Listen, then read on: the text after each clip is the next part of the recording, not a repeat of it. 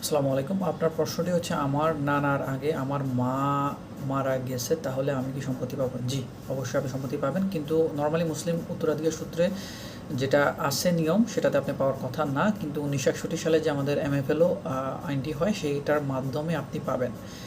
সেক্ষেত্রে বলা হয়েছে যদি দাদা দাদি বা নানা নানি জীবিত অবস্থায় যদি মা বা বাবা মারা যায়, সেক্ষেত্রে বাবা মা জীবিত থাকলে যতটুকু সম্পত্তি পেত, ঠিক ততটুকু সম্পত্তি এতিম নাতি নাতনি সম্পত্তি পাবে। সেক্ষেত্রে আপনি 1961 সালের এমএফএলও আইন অনুসারে আপনি অবশ্যই সম্পত্তি পাবেন, এবং আপনার মা যতটুকু পেত, আপনার মা জীবিত থাকলে যতটুকু পেত ঠিক ততটুকুই পাবেন। তবে এই ক্ষেত্রে আপনার নানা বা নানি যারা জীবিত আছেন, তারা যদি সম্পত্তি সরাসরি আপনাদের নামে হেবা করে দিয়ে যায়, সেটা আরও সহজ হয়।